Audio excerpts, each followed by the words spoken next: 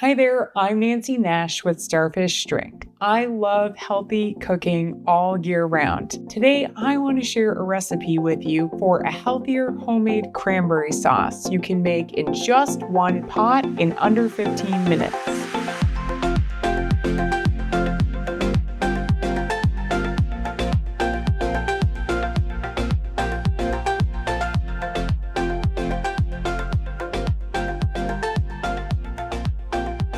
For ingredients today, I'll want Truvia sweet complete brown sugar, cinnamon, cloves, cardamom, the zest and juice of an orange, and our star ingredient, a bag of cranberries. These can be fresh or frozen because these store really great in the freezer, so you can enjoy this recipe year-round if you want to. For equipment today, I'll want a medium saucepan, a microplane, a fine strainer, and a juicer or a fork to get the juice out of our orange. To make cleanup easy today, I'm just going to be adding everything into our pot. I'm going to start by zesting our orange because it's a little bit difficult to zest it once you juice it. So I'm just going to give our orange a quick rinse and dry.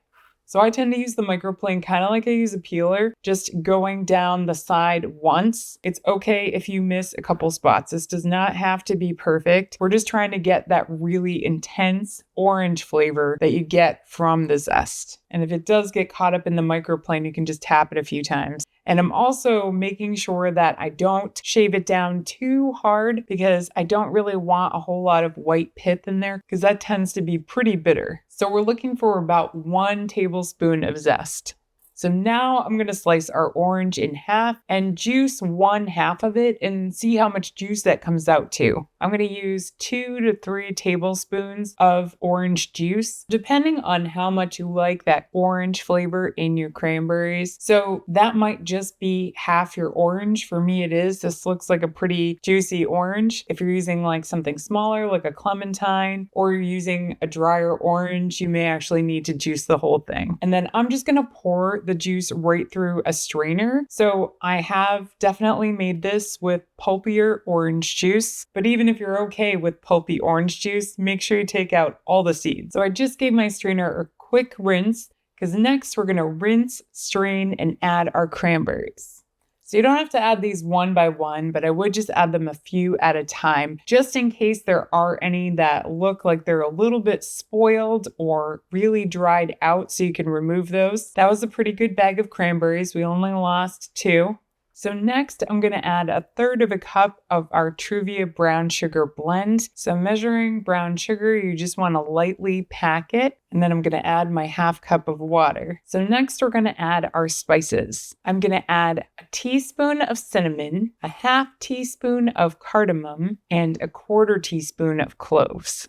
Now, cardamom and cloves are kind of intense spices, in my opinion. Even though I am a person that kind of likes to dump spices and things, I definitely recommend measuring those. So now that we've combined all of our ingredients, I'm going to move us over to the stovetop. So I'm going to turn my burner on medium to start with. Now again, I know stovetops vary, so you may want to adjust this at a couple points for yourself. So in the beginning, I am going to stir it pretty consistently, just trying to combine all of the ingredients. After 1 to 2 minutes, you should see that the sugar begins to dissolve. It might take a little bit longer if your berries are frozen, so just kind of keep that in mind. And then I'm going to turn the heat up to high. Now, because I am using fresh berries, this is going to go a lot faster. So with fresh berries, I would say in about 4 minutes. With frozen berries, maybe 6 or 7 minutes. You're going to start hearing those little pops, the berries kind of releasing their juice. This is sort of the fun part about making cranberry sauce.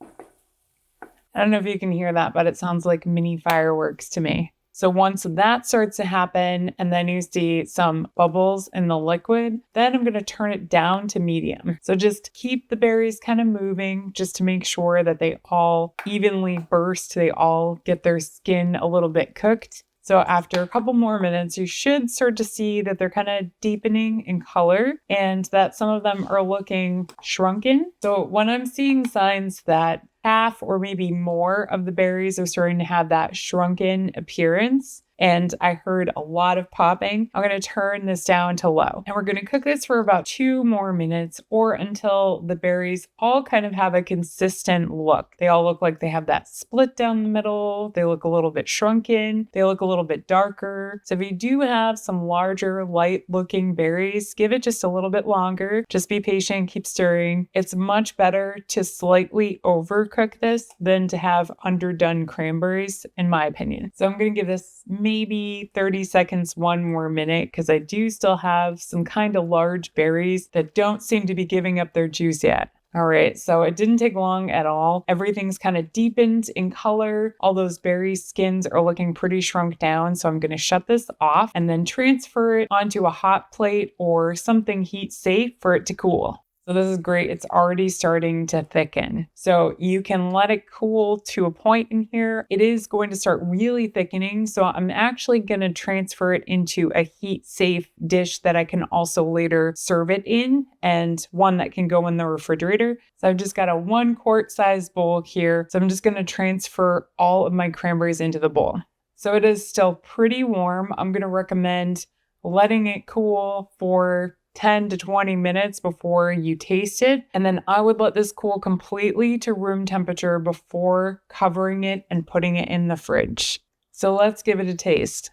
So if you do taste this warm, what you'll notice is that the citrus really comes through. The more this sits and comes together, you'll find that the flavors really combine nicely. But right now I can separately taste the cranberry and the orange. And then I can also taste that spice blend in the background. And it's really nice, not overpowering at all, but just a little hit of, what I think of as holiday spice. Now, I know holiday cooking can be super crazy. For me, this is one of those recipes that you can make ahead of time and just pull it out of the fridge and it's ready to go. So you could either use it as a side. In the US, we traditionally serve this as a side at Thanksgiving or Christmas, but I also like it sweet. So I have eaten it over ice cream or a little bit healthier over non-fat Greek yogurt. And I think it's just as delicious and kind of special because I don't know anybody that sells cranberry fruit on the bottom yogurt.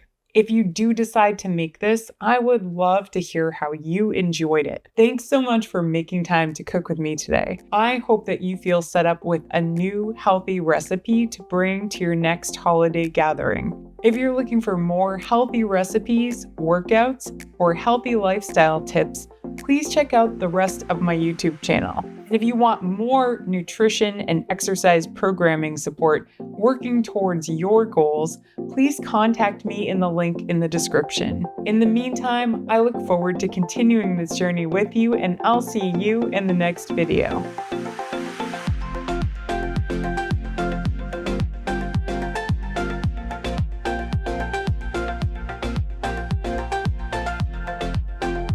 If you're looking for more healthy recipes, workouts, or other healthy lifestyle tips, I hope you have a crantastic day. I do hope you have a corntastic day. Thanks again for cooking with me. Happy holidays.